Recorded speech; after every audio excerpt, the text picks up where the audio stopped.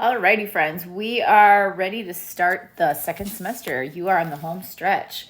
So let's take a look at our chapter 8. This is actually just going to be 8-2 day 1, and it's called Graphing Rational Functions. So we've done a ton of graphing, but a rational function is different than what we've done before. I always call them fraction functions. And we really haven't graphed anything like this before because you can have x on the bottom. And so today we're going to look at one format and tomorrow we're going to look at another. Today the format is this right here. So in the problems, this will be a y and this will be an x on the bottom. And then a, h, and k will just be numbers that tell us different things. A is just going to be a constant, like a number, a 1 over something or a 2 over something. And then just like we've seen in the previous, like in absolute value or in the parabolas, these other values are going to kind of move the graph around just like they have in the past. And so I always say the container, if you're in the container, and in this case, the container is the fraction.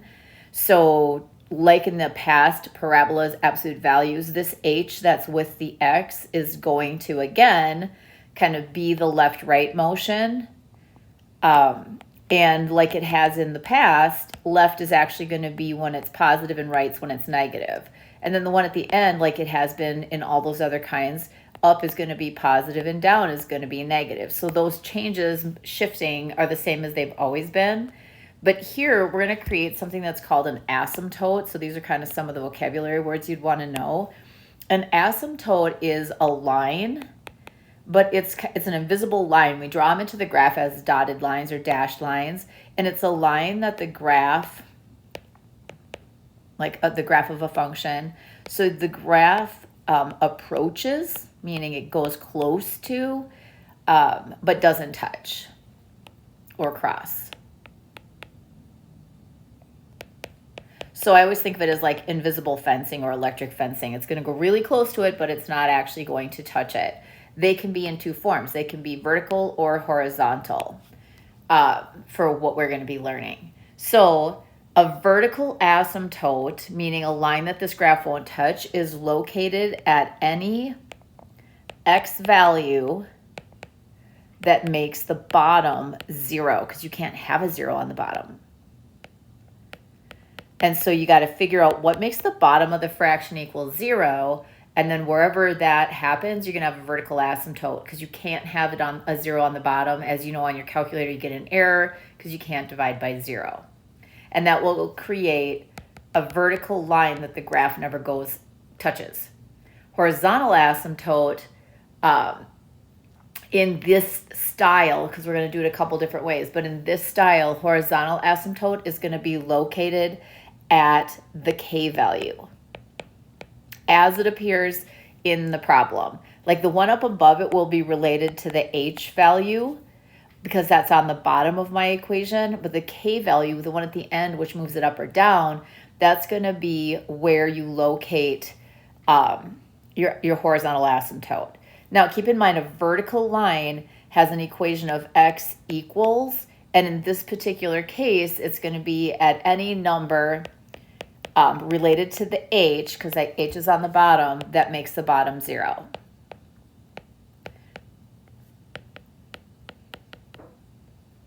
And then the horizontal, because it crosses the y-axis only, will be y equals, and in this case, the number that it's equal to is going to be your k value as it appears in the problem.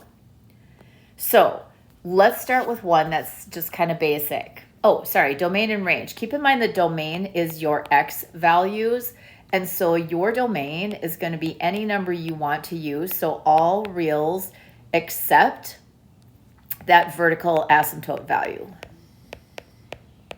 because the vertical asymptote makes the bottom 0.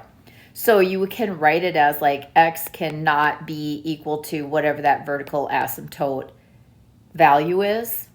And then the range of the function, which is always the y's, is going to be all reals, but not, so except for the horizontal asymptote value.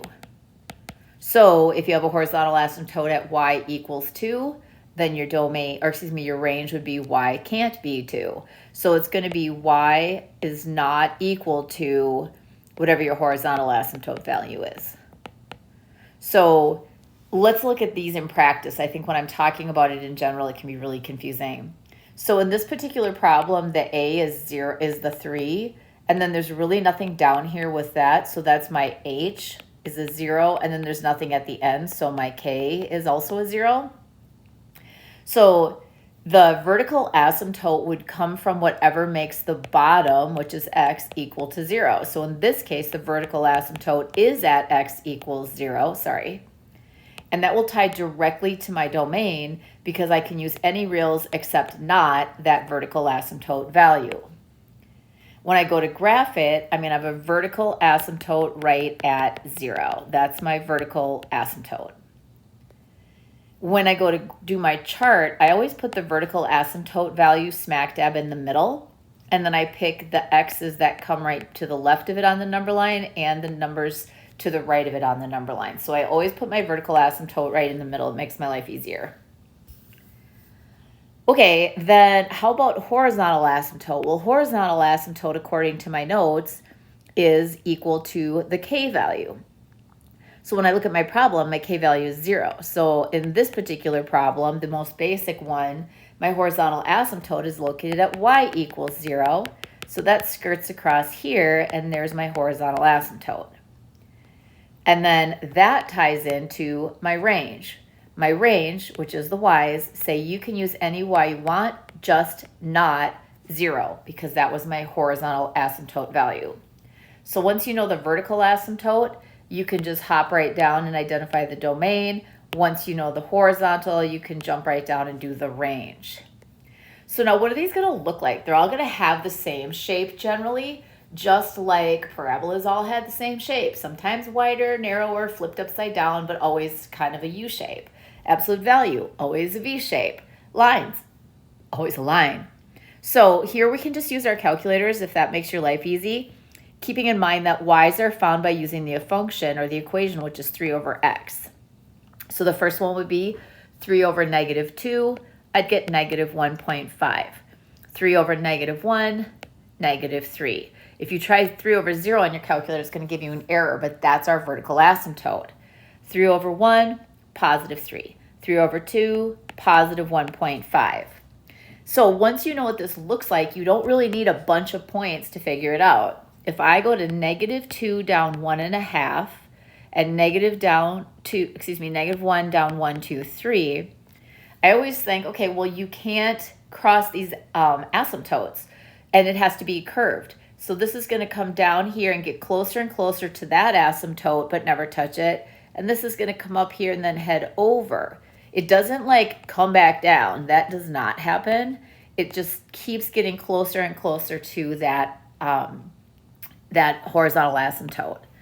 And then over here at positive 1, 1, 2, 3, and positive 2, 1.5, same thing. You have to stay inside of the confines of this, like what I said, kind of electric fencing. So you don't cross the asymptote, and you also don't like swing back out here, because they don't do that. They just continue to get closer and closer to those asymptotes. So when you graph these, I should be able to see your vertical asymptote in the right spot, see your horizontal asymptote in the right spot, and then see the two branches that you built around it. And you should have a table with those 5 points to at least give a couple of specific points. Okay, now we're just going to practice it. So let's practice. Here, I go, all right, what have I got going on? I have a value of A, that's 2. Here's my H. And I think, all right, what makes this equal 0? Well, I'd have to add 1 to both sides. So when x is 1, the bottom equals 0, making that the location of my vertical asymptote.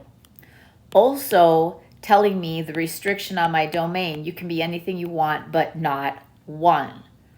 Also, in my graph, I draw in my vertical asymptote where x equals 1. So that one step of putting the bottom equal to 0 helps me a lot. Then if I go take a peek over here at my K value, and my K value is 3, that's moving it 3 up. So my horizontal asymptote's located at y equals 3, making my range all reals except y can't be 3. And then over here on the y, I go to 1, 2, 3, and I draw in my horizontal asymptote. So again, those are part of the graph, those dashed lines. One thing I didn't do and should have done is my vertical asymptote value of 1 is going to be the number that I put in the middle of my table halfway down. Just makes it easier. Okay, so then I think about the number line, what's to the left of that and what's to the right of that. I can't actually plug in 1 because when I do, it makes the bottom 0, so that's where my vertical asymptote's located. Keeping in mind that my function is 2 over x minus 1 plus 3. Now, if you're putting this into your calculator, it's really important to use parentheses so your calculator knows that all of this x minus 1 business is on the bottom. So if you started plugging these in, like this top one, you would have 2 over, and then in parentheses, minus 1, because I'm plugging that in for x, subtract the one that's in the formula, and then plus 3. When you do that, you got a 2. When you plug a 0 in where the x was, so you would have 2 over 0 minus 1 in parentheses and then plus 3, you should get a 1. Make sure that you try plugging all these numbers in and get them on your calculator. So like this one, I'd have 2 over 3 minus 1 plus 3, and you should get a 4. So figure out how to use your calculator to give you what you need. Then when I go to plot my points, I go to -1, +2, 0, 1. Those are the 2 points that tell me that this half of my graph, and I'm trying to be careful so that my graph goes close to the asymptotes but never touches it. Then here at +2 up 1, 2, 3, 4, 5, and +3 up 1, 2, 3, 4, I end up with another branch in my graph up here that has to stay within those asymptotes. So not surprising that they all kind of look the same. Sometimes they're a little bit closer in, like crammed in further or pushed out further, but in the end, they always kind of look like those 2 branches confined by the asymptotes. Okay, so this one's going to be a little bit different, and maybe it won't surprise you. If you look here, your A value is negative. If you think back to all the work we've done in the past, if you have a negative A value in a parabola or a negative out in front of your absolute value, think about what that does. It flips it upside down. So it won't surprise me if that's going to flip these upside down. This is going to move it 2 to the left. And so I say x plus 2, when will that equal 0?